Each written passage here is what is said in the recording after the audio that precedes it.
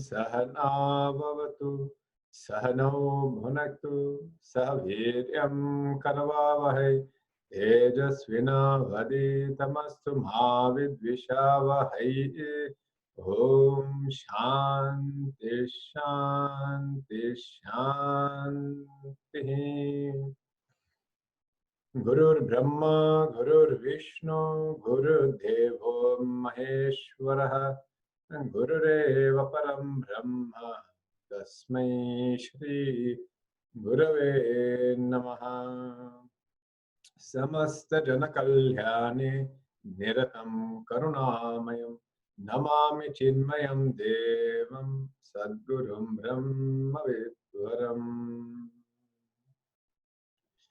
We'll chant the invocation shlokas. Vaktun Subodha Vedantam Pravritto Hyabudopyam Krupaya Yasyatam Bhande Shri Ganesham Punah Punah Bhande Saraswatim Devim Sadgurum Me Mahamatim Sita Sameta Shri Ramam Yachantu Shubhadham Matim.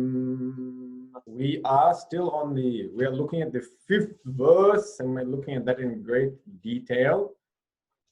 That one of the qualities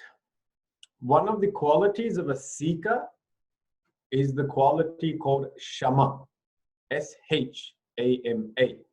Shama means mastery of one's mind. And when we talk about mind, here largely we are talking about our emotions. So mastery of our emotional personality. We have to clarify that emotions are not bad things. Emotions are not unwanted things. We must have emotions. They are what, actually our entire life is really driven by the pursuit of love and happiness, which one may classify as an emotion. However, our emotions are such that they can get the better of us. Our emotions can become overwhelming. Our emotions can become very difficult to manage. And when our emotions become overwhelming, they have a negative impact upon our psyche. And that impact is that they disable our thinking. Our thinking capacity is called our intellect. And when emotions get to a particular threshold or beyond a particular threshold, then what happens is our emotions start disabling our capacity to think. Once our capacity to think is compromised, then our decision-making process also becomes compromised. And we start making bad decisions, bad choices. We then with wrong choices, we make wrong actions, and with wrong actions, we have to suffer various negative consequences. All these consequences come to us in one form, and that form is dukkham, sorrow. So sorrow is the final byproduct of unhealthy actions brought about by unhealthy decisions, which took place because we were disabled by emotions that we could not control. Therefore, mastery of our emotions is essential. And there are two aspects to mastering our emotions. One is the capacity to restrain unwanted feelings. To restrain unwanted feelings. And the other one is to engage desirable feelings. to be able to emote positively. Many of us say we want to be more compassionate. We want to be more loving. We want to be more forgiving. All these are emotions. But can we bring them forth at the right time? And so in mastery of anything, you should be able, mastery of any instrument means you should be able to use that instrument for whatever you desire and will. According to your will and desire, you should be able to engage that.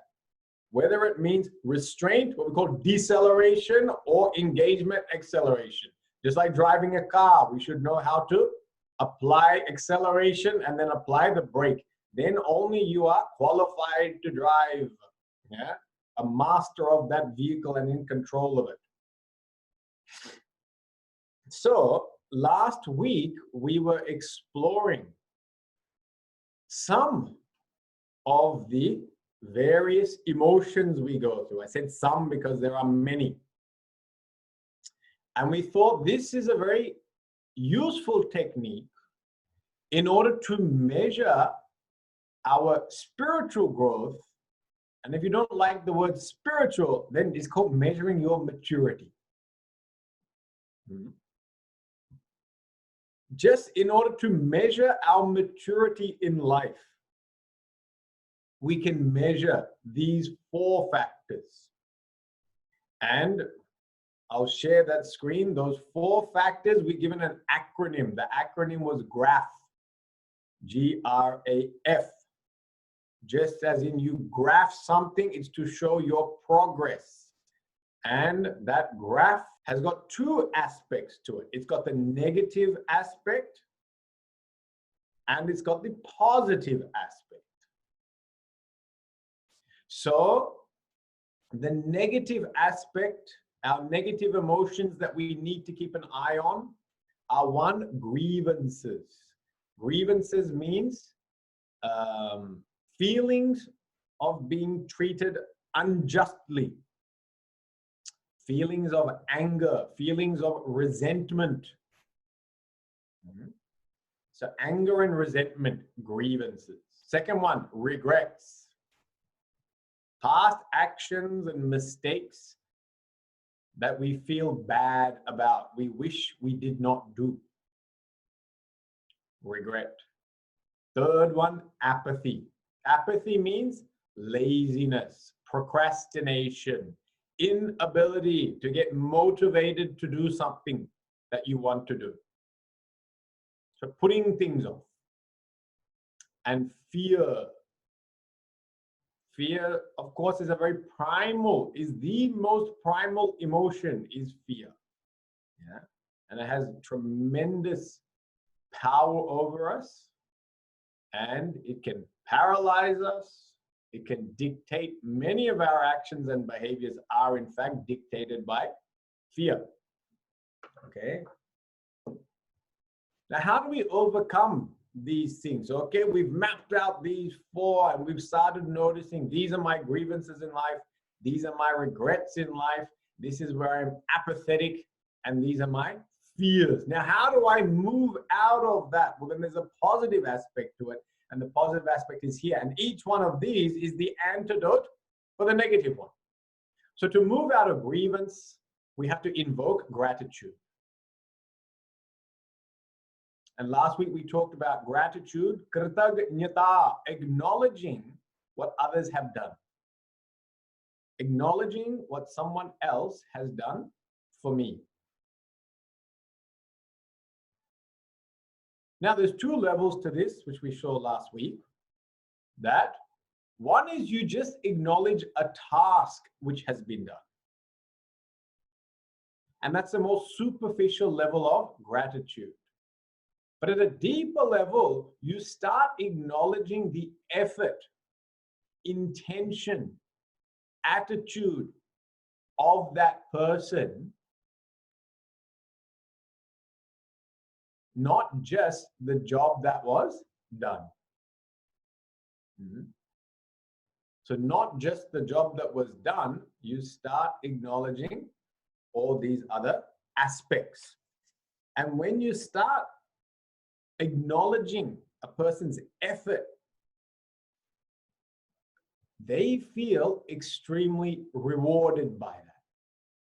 It also kindles a very deep and genuine feeling of love towards that person.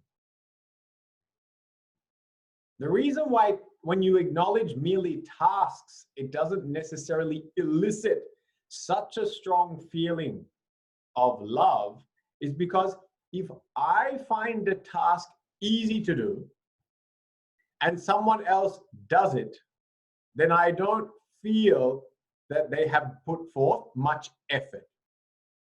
It was very simple. Anyone could have done it. Why I could do it. And therefore, I don't think you've done much work for me. You haven't made much of a sacrifice for me. Why? Because I could do that. Yeah. Last week, we gave the example of cooking. And a person who's good at cooking, they can put a meal together for 4 people. They might be able to do that in half an hour. And so for them, when they do that, for them, a meal for the family is half an hour's work. But for someone else who doesn't know how to cook, that could be 3 hours work. And when we look at it from the task standpoint of view, we say, well, it takes half an hour to do. Why are you taking so long? How much do you sacrifice and serve this family? Oh, you cook 1 meal once a week, that's it? And therefore, we discount people's effort. And the person who's put forth that 3 hours of work painstakingly, in fact, some people start the planning process 1 week in advance. So at night, they're thinking what to cook. So it's Monday night, but they're already planning for Friday.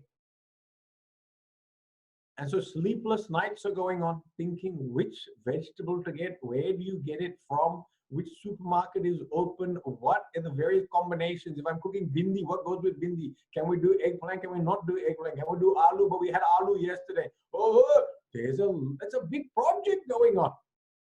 And someone finally just eats it and says, potato was not a bit hard today.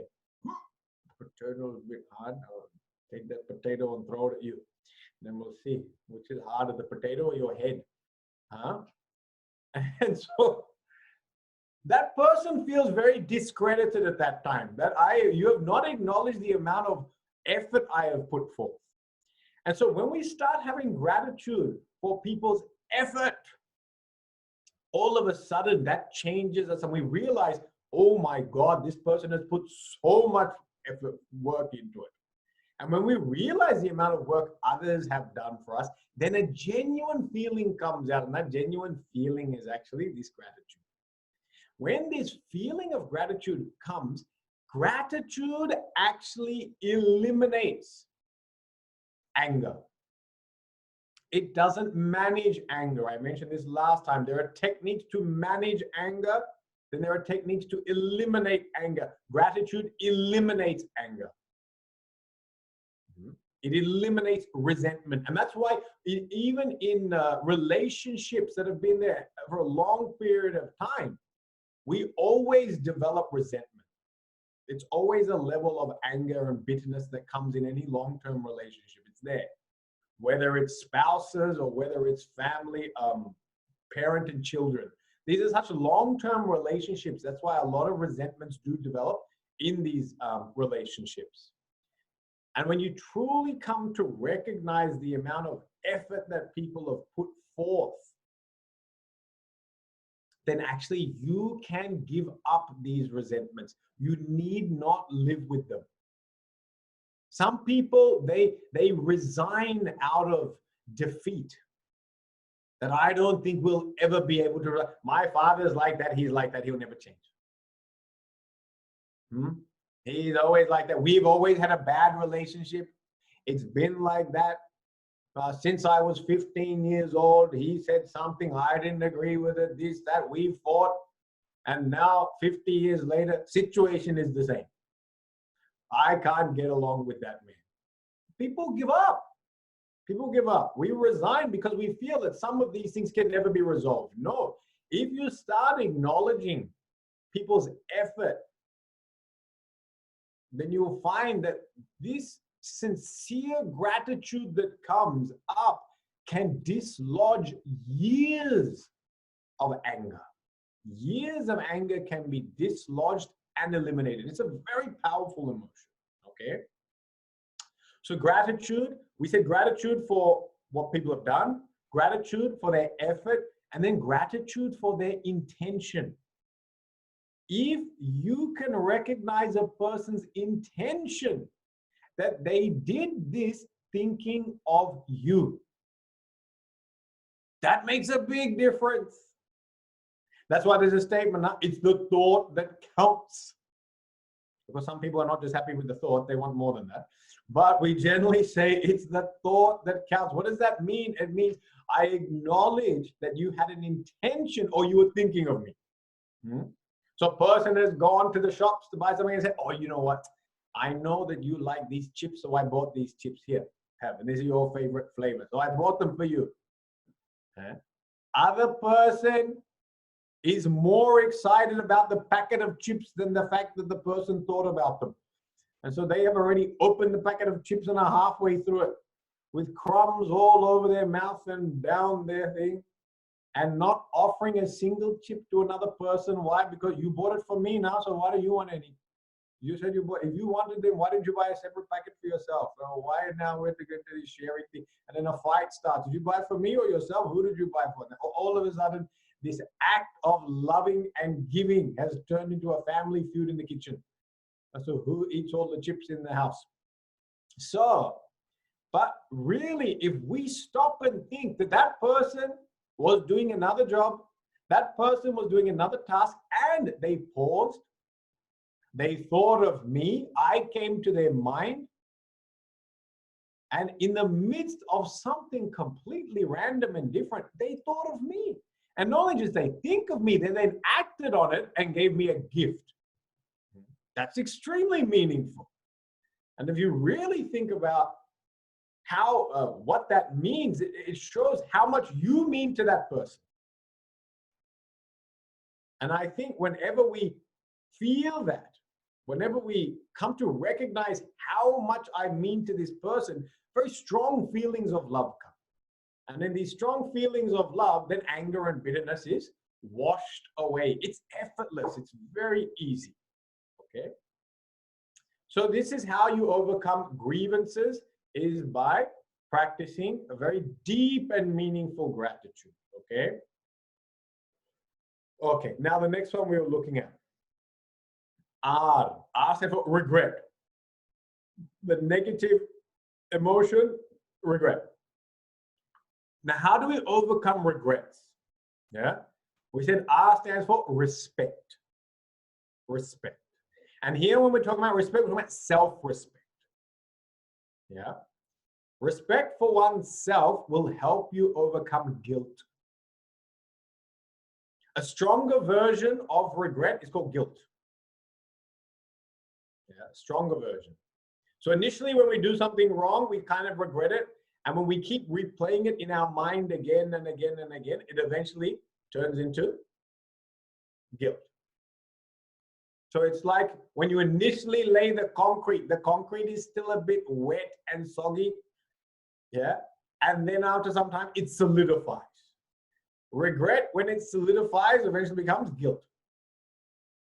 Now, all this, just like whatever you lay down with concrete, you can eventually rip up again. All this can be taken out. So even our regrets and our guilts, we can remove from our psyche. And how do we do that? We have to invoke a thing called self-respect. Now, what is respect? It was interesting. I was looking it up in the dictionary. I said, what is respect? And it said, admiration for a person's skills, abilities, and character. Admiration for a person's skills, abilities, and character. That's what respect is. Now, generally, we are giving respect to others, or we're always thinking of someone else. But now, how do we learn self-respect? That means respecting myself for my skills, my abilities, and my character. Yeah? learning to admire myself. Okay. Now, we are not talking about developing this colossal ego and feeling of superiority. No. Please understand, when you're plagued with a lot of regrets, you generally have you're in a low self-esteem mode. Yeah. So whenever we're plagued by regret and guilt, we are in a low self-esteem mode. Therefore, arrogance does not come naturally to such a person. So here, I've got low self-esteem, and now what I have to do is bring it back to a normal, neutral level. So here, when we talk about self-respect and self-admiration, it's not about thinking I am the greatest person in the world. I'm above and beyond all others. I already feel low and bad about myself. I'm trying to bring that back to neutral standpoint. Neutral standpoint. Okay. Now, what are the things we have to do? Now, if you look at it, it's admiration for skills, abilities, and character, which means we actually have to write these things down. What are my skills? What are my abilities? And what is my character? These things, it's very important to write down. A lot of people like to just do this in the misty parts of their head. Huh? And what they find is, yes, they'll acknowledge something. They're, oh yeah, you know what? Someone said that I'm quite good at, maths. And they throw two equations at me. I just immediately figure them out. So, okay, I got a good mathematical. Some people said I'm very organized. Yeah, they said that. That's a nice thing. Some people, I'm good at technology. Some people say I'm very good at speaking. Yeah. Some people are very good at teaching. Yeah. Some people say I'm very friendly. Yeah. So what happens is we kind of hear these comments, but we don't write them down. And when you don't write them down, you know what it becomes? These comments, they become like what? Cross ventilation.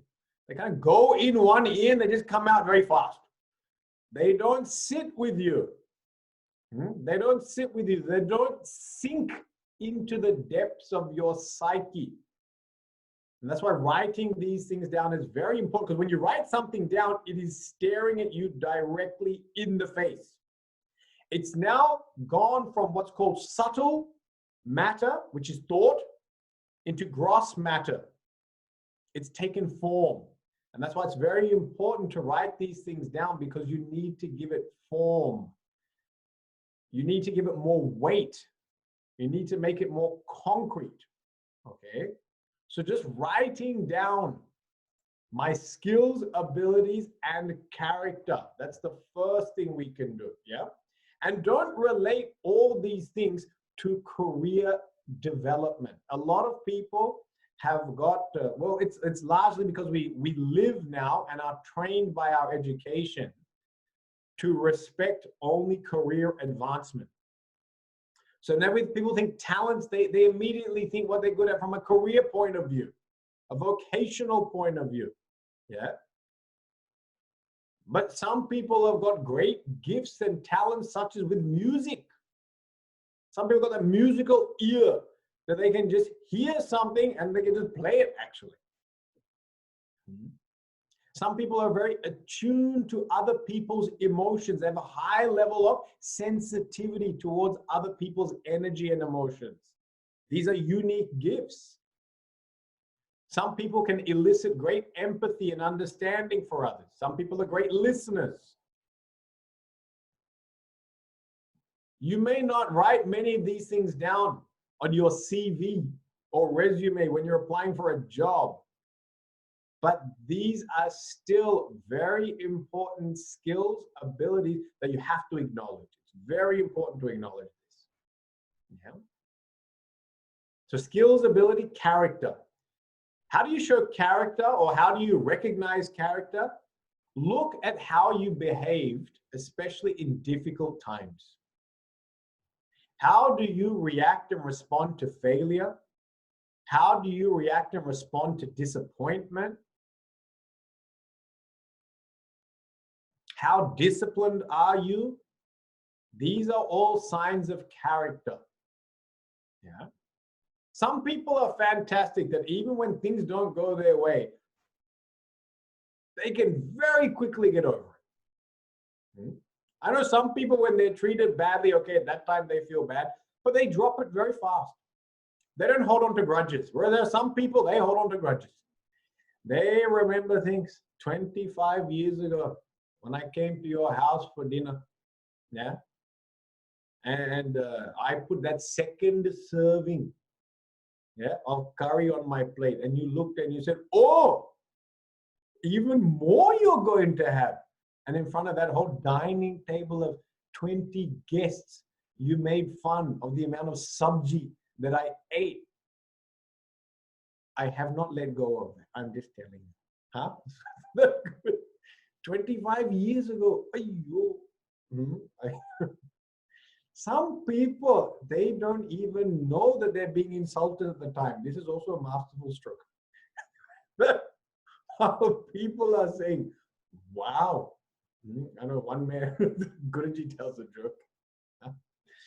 One man went to work and his boss caught him sleeping on the job. And he said, hey, what are you doing? He said, oh, I'm so tired. I've been sleeping actually. Huh? And he said, what happened at home? He said, oh, very difficult situation. Huh? So I've been sleeping here. And you sleep in both places, your house and at work? How much sleep do you need? This way.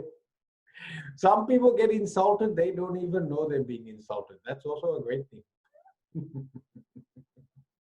So here we must think very broadly of different aspects when we talk about character. You know, how we handle crisis, how we handle failure, how we handle disappointment from other people. All this is indicative of character. And even how you conduct yourself when you're trying to strive and achieve your goals.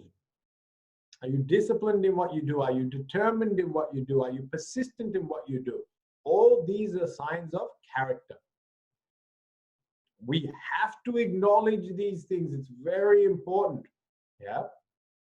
Now, as we start acknowledging these things, we also go from low self-esteem to now rising up. Our low self-esteem now becomes higher, and we get to a neutral mode where I don't feel bad about myself. And when you have this neutral mode, then when you look back at your past mistakes, all of a sudden you are able to view them objectively without a sense of pain. You still recognize it's a mistake. You still recognize that there was a better choice or decision to make.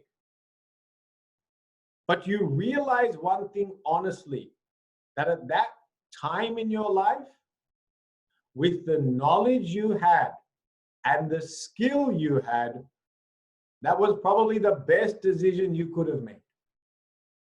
Yeah. Again, I'll say that again, that at that time in your life, with the knowledge you had and the skill you had, it was the best decision you could make. And also the level of desire you had at that time. There might have been very rajasic desires at that time, and therefore those rajasic desires, they ended up manipulating your decision. And therefore you made a decision which now you look back and say, I wouldn't do that again. Yeah. If I had a chance to do it over again, I wouldn't do that. But we have to acknowledge that at that point in time, we had limited skill, limited knowledge, and we were under the influence of particular desires.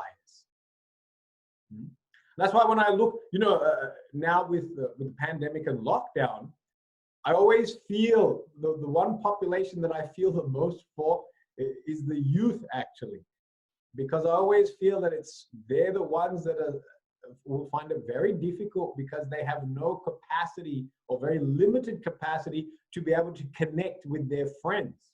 And for them at that stage in life, friends are everything. Yeah. Little children are very happy sitting at home with mom and dad. Middle-aged people are also happy to sit at home with Chunu and Munnu. Huh? But for youth, there's neither that much enjoyment sitting with your parents, yeah, and you're desperate to go, or your siblings, and you're desperate to go meet people, and you're not allowed to go meet them. So there's a lot of restlessness. There's a lot of wanting to do things. And I'm meeting and I'm talking to a lot of youth, and they're all telling me, we can't sit still, Swamiji. Sitting still is very hard. I must have something to do all the time. Mm-hmm. And I look at it, and sometimes, I'm thinking from my standpoint, like, why can't you just read a book? And then this person said, I hate reading. I hate reading. If I have to learn anything, I have to watch a movie to learn it. I said, okay, I have to watch a movie. Yeah. But then I look back when I was young, and yes, I can say that in past tense, no longer young anymore. So I look back when I was young, and I said exactly the same thing. Every weekend it was out and about meeting friends, playing sports, going and exploring different places. That's what we were doing. And so at that stage in life, there was such a strong desire to connect with people, to go out and explore the world. And therefore, based on that desire, we acted in a certain way. We made certain decisions. And now when we look back at it, we might sit there and say, oh, you know what? When I was younger, maybe I should have studied the Gita more. Maybe I should have become more spiritual. Why am I only learning about this at 40 and 45? When things are difficult, I should have been at 18 studying the Gita. Then maybe I would have gone to the Brahmachari course. Maybe I would have become a Swami. Life could have become so different. That's not going to happen. Because at that stage in life, with the knowledge we had, interests we had, and skill we had, we couldn't make those decisions. You can't make a 45-year-old decision when you're 20. You can't make a 65-year-old decision at the age of 40, because you don't have that knowledge or skill. You don't have that experience or wisdom. And so when we learn to acknowledge our current level of skill and ability, we also have to recognize that in the past, we had much less of this. And because we had much less of this, it means the decisions I made in the past were based on a much more limited ability and skill. Therefore, they weren't necessarily terrible decisions. They weren't necessarily sinful decisions. They were just decisions that were the product of a person with such knowledge and skill. They were products. Yeah. So in this way, as we start developing more respect for ourselves, we can overcome this feeling of regret and guilt. Okay. Other methods to now move forward with greater self-respect. There are other techniques. One, we said, recognize your current skill, ability, and character. But the other one is also to be mindful of language, which is called self-deprecating. A lot of us do slip in this language into conversation. It's called self-deprecating, is language where you put yourself down. Yeah. We all do this. We all have a habit, and it's all connected to certain insecurities we feel about ourselves. Yeah. So some people, if they feel that, you know what, I've never really been in shape, I've always been a little bit rounder than the rest, what I might say a bit more huggable than everyone else in the room, then we sit there and we will make little jokes about our own weight, our own eating, our own lifestyle, which kind of ends up putting ourselves down, even when others are not even thinking in that direction. There was once a famous comedian, and he was quite he was overweight, and his whole performance used to be about being overweight, and no one realized actually this man had tremendous depression, and he eventually committed suicide, actually. And when they did an analysis, you know, when they really psychologically analyzed him, they said one of the things, he had a very high level of self-deprecation in his performance. So in the act and performance that he did, he was always making fun of fat people because he felt, I have the right to do that. I am a fat person. And what he was doing, he was invariably building a very low sense of self-esteem, because he kept thinking that I'm a lot lower and worse than I am. Some people feel that they're not very intelligent, so they keep on making fun of their intelligence and say, you know, I'm a bit of a buddhu, I'm a bit of a lallu, or I've got a bad memory, or I can never remember these things, or I'm terrible with numbers, I'm terrible with names, I'm terrible with faces. We make up all the excuses and we keep on using them again and again, and these become self-fulfilled prophecies. Because when I keep on saying I'm bad with names, so excuse me, I don't know who you are. Yeah, even though I see you every week at the ashram, and I met you 3 times and we've talked, but you know, I'm terrible with names. As you keep on saying things like that, you keep ingraining the thought pattern that I am bad at this. And as you keep on repeating that thought, I am bad at this, you remain bad at it because you remain convinced of it.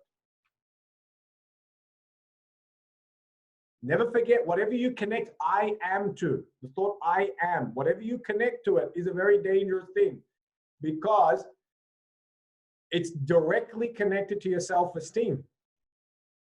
So when you say I am bad at something, you are directly affecting your self-esteem. That's why we're going to be very cautious about it. Yeah. I'm not very emotional person. Yeah. And then you'll always feel, I wish I was more loving. I wish I was kinder. I wish I was more compassionate. So if you keep on using the language, I'm not very emotional, you'll find it hard to tap into emotion.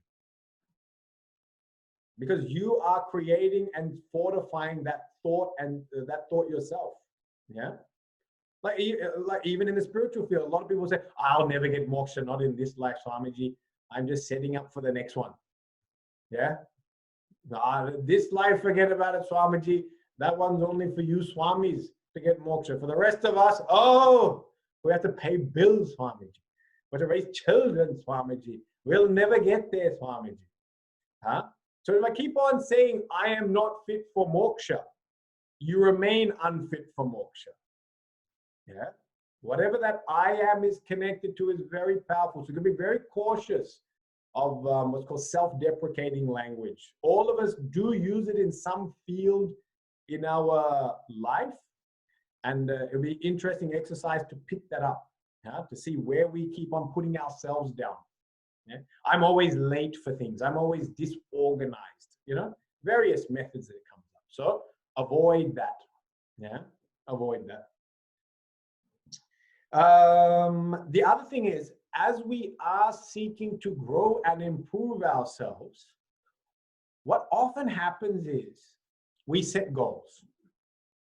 And when we set goals for ourselves, goals work in 2 ways. Goals can work to either boost your confidence, but goals can actually defeat and destroy confidence as well. Yeah. And how do goals defeat confidence? When you fail to achieve the goal. Yeah. And this is something we have to be cautious about. In the field of spirituality, goal setting has got a very different purpose. When we set goals, and especially I'm talking about external goals, the purpose is not in the achievement of the goal. The purpose is in striving and growing more than what you are now. It's not actually to achieve the goal. It is to move away from my current situation towards a higher plane of living. So let's say that my current level of discipline is here, and I set this really high goal. And I say I'm going to take a 30-day challenge, and my 30-day challenge is to have no sweets for 30 days. Okay? Now, currently, I'm a 2 times a day sweet person. That's scheduled. There's a lot of unscheduled sweets that end up in my mouth without me knowing how they even got there. But as I walk past and someone's left a few M&Ms in a bowl, they end up in my mouth. And when someone's left half Kaju Katli, and I look at that pavam Kaju Katli and I say, no one should leave half a Kaju Katli, I will finish that off. These are unscheduled sweets that enter into my mouth. So currently I'm 2, 2.5, 3, maybe 4, who knows, 5. Yeah, a day. I stopped tracking because I feel so terrible about myself. So now I go 30-day challenge. My 30-day challenge is no sweets for 30 days. Oh, big challenge. Yeah. Now, when you put down such a challenge, what invariably happens is that now people have invited us to their house because, lockdown, we're allowed to visit people. So we went there and then someone said, I cooked this cake and I cooked it thinking of you because you love eating cake the whole time. Every time I see you, there's a cake in your mouth. Therefore, I was thinking of you and I want to make this. So then they made this cake with so much love and so much affection, thinking of me, and all these feelings of gratitude came towards you and your bitterness towards them went away. And then you thought, I better eat that cake. So you ate that cake. Now, when you eat that cake, what happened? This happened on day 7. So now all of us are on day 7, 30-day program is looking shaky. Yeah, it's taking a hit. The 30-day program is taking a hit. Yeah. So you then feel bad about day 7 breaking it. So you continue to break it on day 8 and 9 because you need the sweet to overcome the guilt. So then now 7, 8, and 9 gone. You then get yourself together. And now back on day 10, you're at it and you're working hard and you work hard for another 5 days. Another 5 days, someone else comes to your house and the same thing takes place. Yeah. And again, you go down. And when you track the whole thing, out of 30 days, you kind of find out, I made about 15. 15. Now, when you put this down on paper, what did you achieve? I achieved 15 out of 30. Now, when you look at 15 out of 30 from a mathematical point of view, this is really quite embarrassing and for many people it's unacceptable. Although technically a pass, 50%, it depends on which part of the country you're from. For some people, 50% is not even a pass. For some people, 30% is a pass. For some people, 70% is a pass. But 50%, you look at that, how do you feel? You feel completely defeated, isn't it? I tried something and I couldn't even do it. I only got 15 out of 30. Now we're using the wrong measuring stick. We are measuring ourselves from here. So when we measure ourselves from the end goal, I started here and I got to there. What's happened? There's a deficit. And so we keep on measuring ourselves according to the deficit. And this is what brings down our self-esteem. And really in spirituality, you're not supposed to measure yourself from the deficit. You're supposed to measure yourself from the gain. And if you look at it now, in the last 30 days, what have you gained? You gained 15 days where you didn't eat a sweet. That's a practice of discipline for over 2 weeks. That's a change in your behavior, change in your food, change in your diet for 15 days. That's the gain. The deficit is also 15 days. But when you keep on measuring yourself from deficit, your self-esteem goes down, your self-respect goes down. When you measure yourself from the gain, your self-respect goes up. And all of a sudden you start thinking, okay, this month, 15 out of 30. Next month, we'll try it again. Let's see if we can better 15. Yeah. And so we have to keep focusing on the gain rather than the deficit. And that's why in the Shastra, this is how Shastra is designed. Shastra is never designed in such a way that we are actually going to achieve the goals that are written in the Shastras. Okay? And that's why we study, when we study what? Who are the heroes that the Shastra puts in front of us? They put the perfect man and woman. And who's a perfect man and woman? Shri Ram, Sita ji. And you put these two icons, they should not even fit in the camera. They have to be beyond the camera. You put these two icons and ideals in front of us, and then we try to live our life. And we think about, wow, how Sri Ram stuck to the truth, how he stuck to the principle in spite of losing everything. He refused to tell a lie. He refused to blame his father. He refused to blame Kaikai. I'm blaming my child because they left the Kaju Katli out and that screwed up my entire diet. I'm so quick to blame everyone. I blame people in the room, people not in the room. I blame various devatas that exist. I blame Shani and the Sunny that is somewhere else. I'm blaming planets and various other asteroids which have got nothing to do with my life. But I will find everyone to blame. Now I look at Sri Ram, he blames no one. The direct cause of his problems in life, even to her, he did not blame. Okay. So when I look at his standard, I look at my standard, oh, you're miserable. Quite miserable. Yeah. So every time I try to live like Sri Ram or Sita ji is so beautiful and demure, followed her husband by walking behind him and had so much respect for the husband, she wouldn't even stand on his footprints. She walked in such a way that she would not walk on his footprints. I will not even walk behind my husband. I walk in front of him.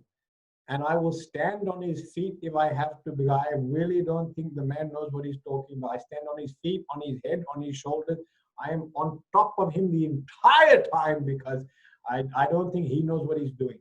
So when I look at my standard of being Sita and Sita, I go, oh my God, a long way to go. And I feel so mean about myself. Again, measuring from deficit. Shastra set such a perfect ideal of Sri Ram and Sita just so that we start moving away from our current situation. We may never achieve Sri Ram and Sita, but if we move away from where we are today, you have grown and you have gained in life. You are fulfilling your spiritual journey. But if you measure your success according to the end goal, we may always feel a little bit short. Even if you read Sthita Prajna Lakshana, Prajahati Yada Kaman Sarvam Partha Manogatan. The first characteristic, everyone should fall into depression. Why? What's the first characteristic? One who has given up all desires. Oh, how is it possible to have all desires? Right now I'm looking out the window thinking, I want to go for a walk. Is that a desire? If I have a desire to go outside, now am I Prajahati Yada Kaman? I've already failed the first test of Sthita Prajna. Ayyo, very depressing. Yeah. They set such a bar, which is so high. It is just to motivate us from getting off our current situation. Therefore, measure your progress in life according to your gain, not necessarily your deficit. You can still set high goals. You can still set impossible achievements, but always look at your gain and not your deficit. Okay? This is again how you boost self-respect.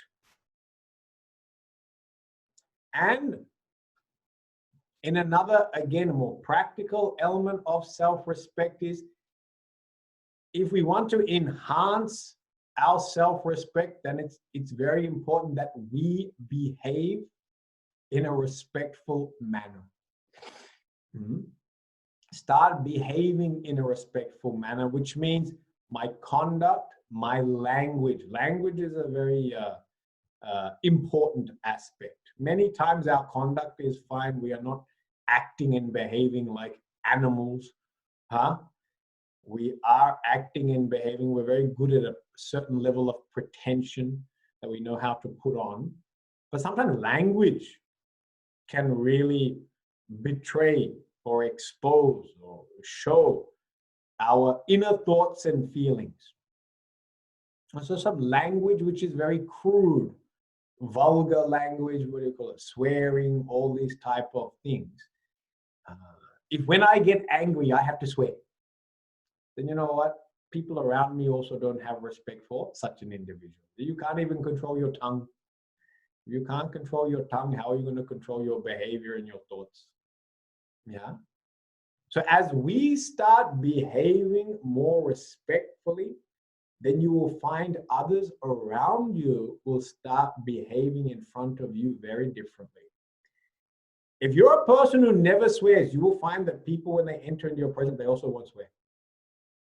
Their behavior will change. If you're a person who's if you're very disciplined with time, that means you're always on time. You'll find the people around you, when they come to meet you, they also come on time, because they know this person is always timely. Yeah. If you're a person who's very measured with your speech and you don't just blurt out the first thought that comes to your mind or first feeling that comes to your mind, you will find that others around you will also do that.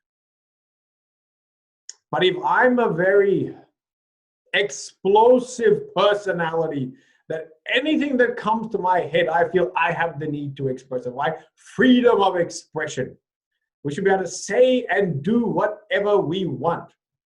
But when you say and do whatever you want, you're going to find the people around you will do the same thing, which means they may insult you at the same time. They may criticize you at the same time because they feel they have the same rights. And then we turn around and say, I don't deserve to be treated like this.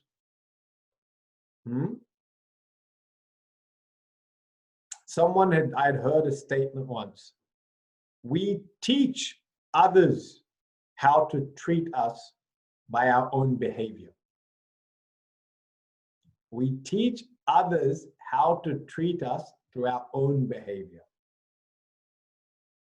So when our behavior is very indisciplined, very insensitive, doesn't care about others, inconsiderate, then others around us also feel, towards this person, you don't need to be so considerate. Towards this person, you don't need to watch your language. Towards this person, you can come half an hour late, because they're always late for everything anyway. And that's when we decide, why do people treat me so badly? And why do they treat others so well?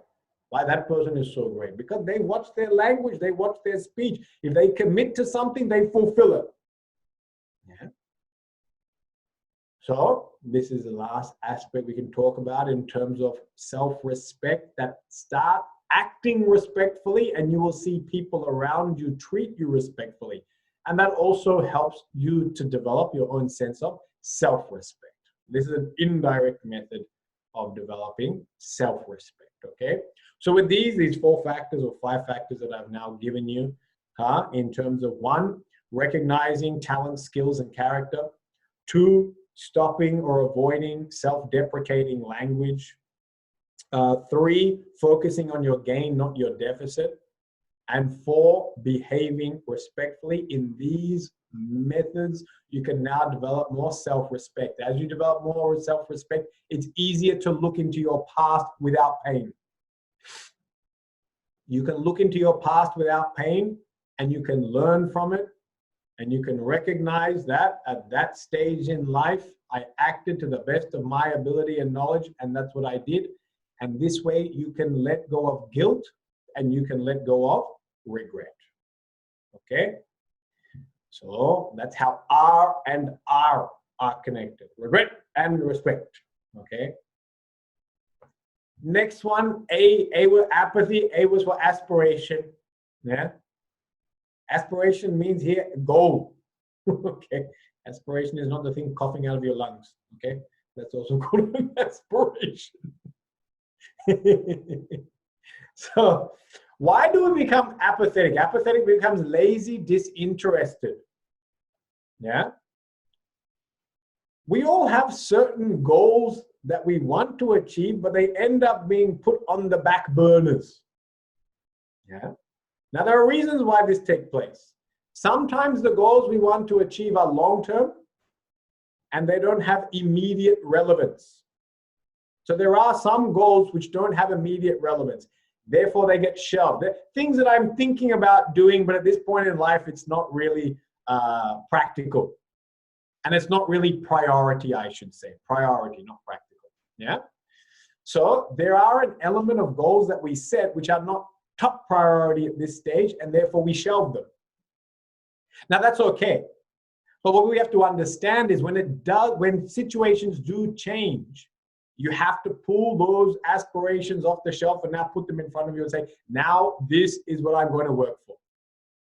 Why? The other three things that were in front of me, completed, finished, done.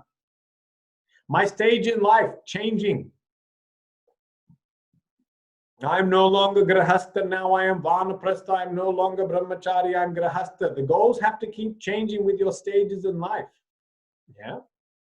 So sometimes you've got to get those goals off the shelf and now put them in front of you. Yeah. So that's one of the reasons why we are apathetic. The other reason we're apathetic is the goals are very unclear. We are not clear about what exactly do we want to achieve or become. So when the goals lack clarity, you also lack motivation. Third element. Sometimes there's a goal there, but we don't know how to start it or we need support. Yeah. So we feel there's no support at that time. Or we're not even looking for support. That's one of the issues, is that we're not looking for support. And that support has to come in the form largely of a teacher, a guide. Yeah. In nearly every field of life, you need a coach to do anything. Now, when I go for a walk now, there are people out there that they're personal trainers. You know the personal trainers?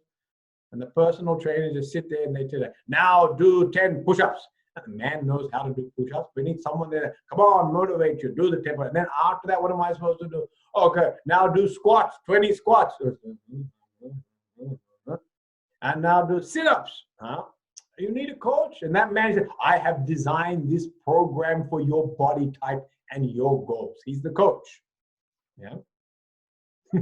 I look on YouTube, they've got coaching videos on how to jog.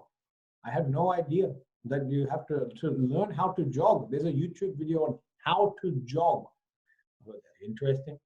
That means there's videos on how to do anything and everything. People nowadays are learning how to cook now. So cooking is a big thing. Everyone has learned how to cook. So, of course, we should have people teaching. So, one of the reasons we become apathetic is because we don't seek a teacher.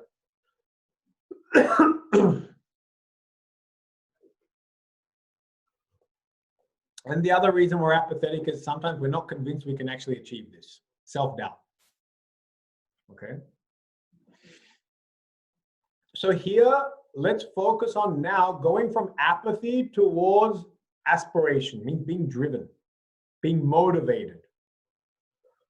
So how do I motivate myself? I think the first thing you have to look into is the goal. We have to look into the goal and find out, what do you want to achieve? That's the main thing. Even if you go meet people, like you meet therapists and you meet even health physicians and practitioners, or you want to learn a language, any teacher you meet, if they don't ask you the question, what are your goals? You should be a bit wary. You should have goals in everything. So say you want to learn a language, even the language teacher should ask you, what's your goals for learning this language? What do you want to use it for? Because do you want to use it for conversation? Do you want to use it to give a talk? Do you want it to study literature? There are so many different ways, even in language, to be learned. Because learning language to study literature is very different to learning language for conversation. Yeah.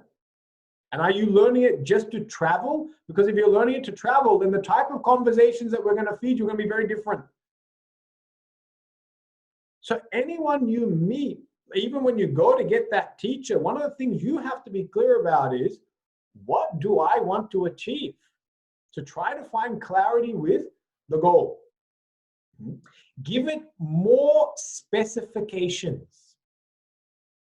I want to learn this language for this person, for this purpose by this time. Yeah. In management, they call this a SMART goal. It's called SMART, S-M-A-R-T. And then it's specific, measurable. Now, I think the A stands for achievable, but I don't know if it's achievable or accountable. Sometimes they change that. Realistic and time-bound. So when we've got these vague plans that have been sitting on the shelf, now you're going to take those vague plans and you're going to start making them more specific, measurable, accountable, realistic, and time-bound. Yeah. As you start adding these elements to the goal, all of them start motivating you. Yeah. That you realize it's not so vague. Yeah. Say I want to improve my health. Improving my health is vague. Extremely vague goal. Or I want to get into exercise. Extremely vague. A person who says I want to get into exercise, get fit, very vague. Not much will happen. But I want to say I want to improve my health. So you say cardiovascular health, strength, flexibility, because even health got many different aspects. So if you want to do cardiovascular, you don't need to go to a gym and lift weights. You might think, okay, cardiovascular then means I want to focus on aerobic exercise. So swimming, jogging, running, yeah? High intensity, what do they call it? Low impact type of stuff. Yeah, all these things. And you can find specific exercises for that. So it's about being clear about that goal. Try to give it more specifications and qualifications. Exactly what do you want out of it? So go from vague to specific. Yeah, that's one way to get more motivated. The second thing is, when you've got a very specific type of goal, go hunt teachers. Go look for teachers. Put it out there. Put it on your Facebook page. Currently looking to lose 5 kilograms in the next month. Who can help me? Just throw it out there. And everyone will come back with various methods. And some of them will be, you don't need to do anything. I'll teach you how to lose 5 kilograms without doing anything. Just first send me $250 to my, my account, and then I'll show you how you, by doing nothing, you can lose those 5 kilograms. Huh? The first thing, change the way you dress, because your clothes you wear are too heavy. So once you change that, you can drop already 3 kilograms just by changing a thick jumper to a thin jumper. Wear a t-shirt. There you go. Didn't do anything. So people, all different gimmicks will be there. Some people will say sugar-free diet. Some will say intermittent diet. Some will say dieting doesn't work. Some will say exercise. Either way, ideas are now coming. Something's happening. Yeah. So send it out to the universe. When you've got a goal, send it out to the universe. This is what I want to achieve. And also the universe will reply. I don't know when, don't know how, and don't know who, but it will reply. I've been talking about a goal that I've had for years, and just now someone replied to me 2 weeks ago and said, Swamiji, I can help you with this now. Do you want to start a class every week and I'll help you learn this? I said, okay, wonderful. It came up like that. Another teacher I wanted to learn from, I recently approached them and I said, can you teach me one-on-one? He's in India. He said, my health is such that I can't, but he's now said, I'll give you a set of talks which I gave on this topic. And the talks are fantastic. The talks are so good that now through the talks, I can learn what I wanted to do, is more advanced type of Sanskrit things. So when you throw it out there, something comes back, okay? So clarity of goal, and then seeking a teacher, okay? The other thing is you have to reprioritize your life, because we said that's one of the reasons why goals also get put in the back burner, because at that point in time, 10 years ago, it wasn't a priority. Don't keep it as priority 3 in your life. Eventually move it up. What does happen in life is, like we say, we have priority 1, 2, and 3. And when we're busy with family and all that, we say family, career, and extracurricular. The extracurricular could be spiritual, it could be health. Yeah, learning a language, learning an instrument, learning how to dance, whatever, learning Vedic chanting. Now what happens is, family, all of a sudden, kids, they're done. They've moved out, they're looking after themselves. You know what happens is, we don't bring the third priority up the list. What we do is we invent another first priority. And we say, oh, I'm so busy. Now I'm looking to buy an investment property for my child. That's keeping me busy. You went and invented another goal which was not aligned to your previous one. So this one, which was important to you, you've kept it number 3. You didn't let it go up the scale.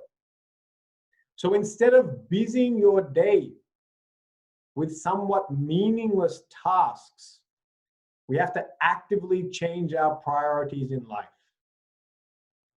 And pretty much every 10 years, you have to change your priorities in life.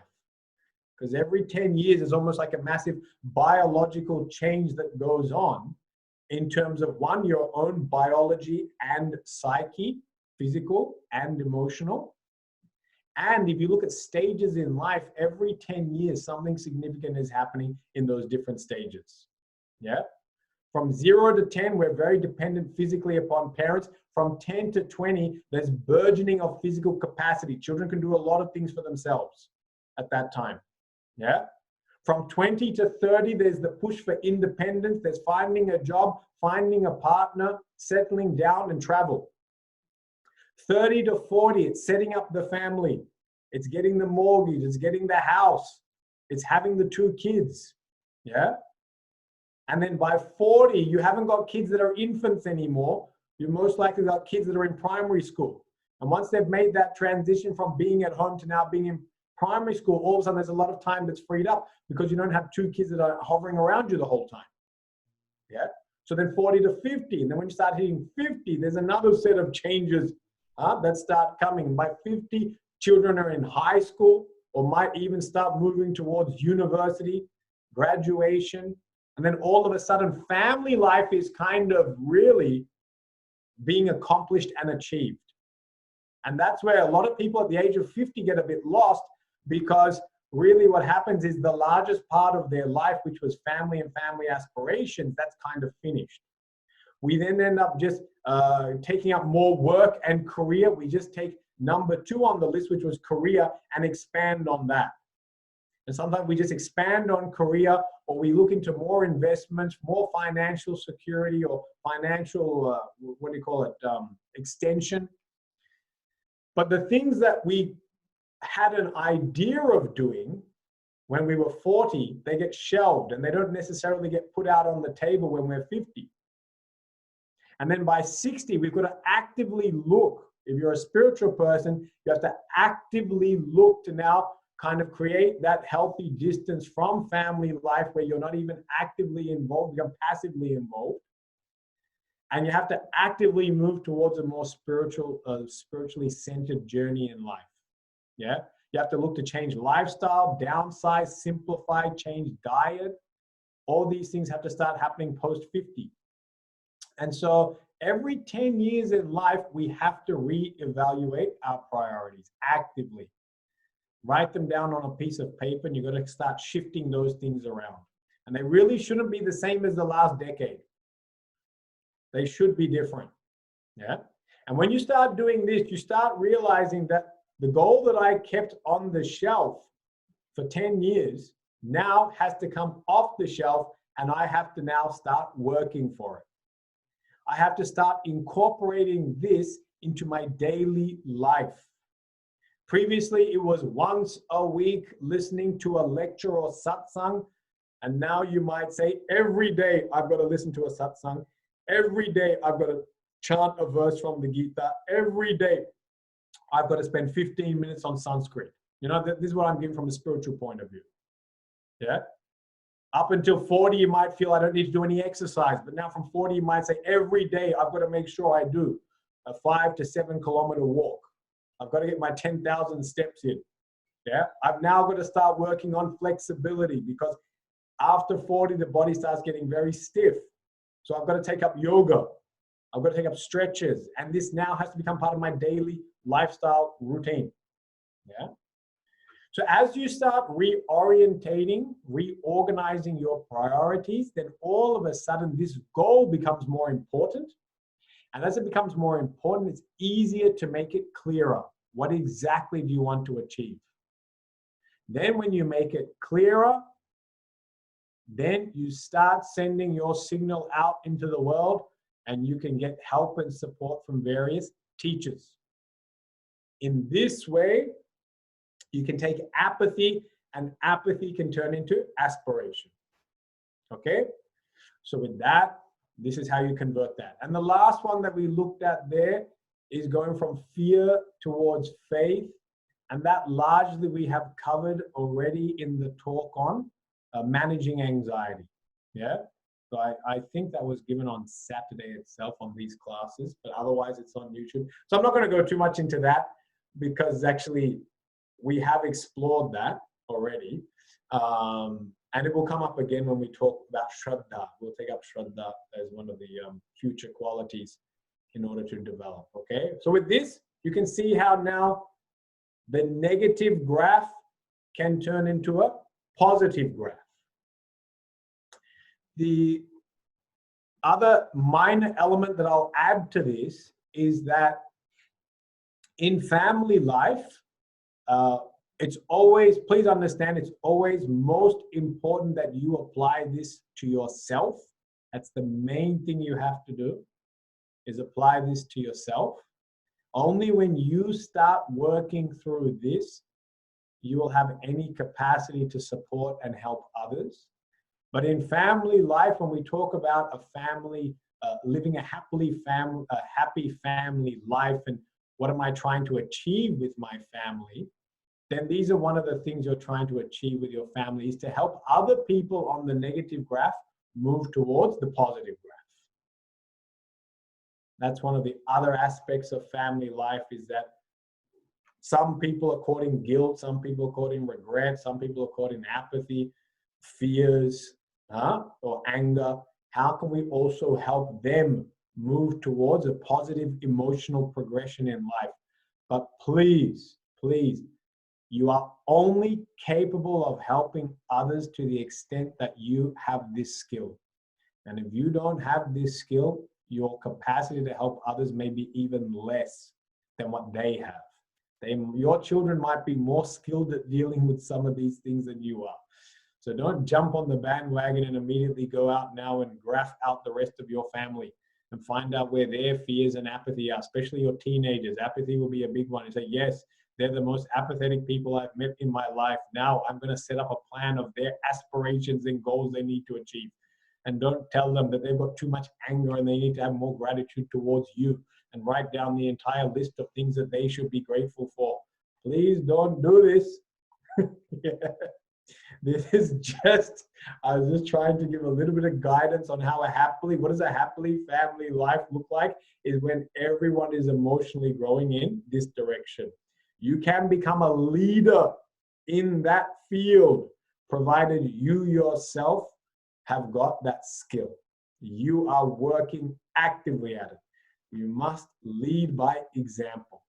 Okay?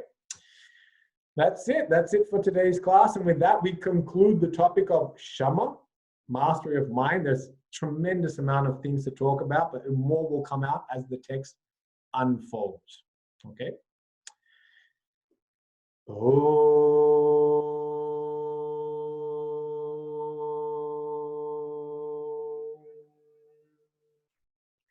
Purnamada Purnamidam Purnat Purnamudachyate Purnasya Purnamadaya Purnameva Vashishyate.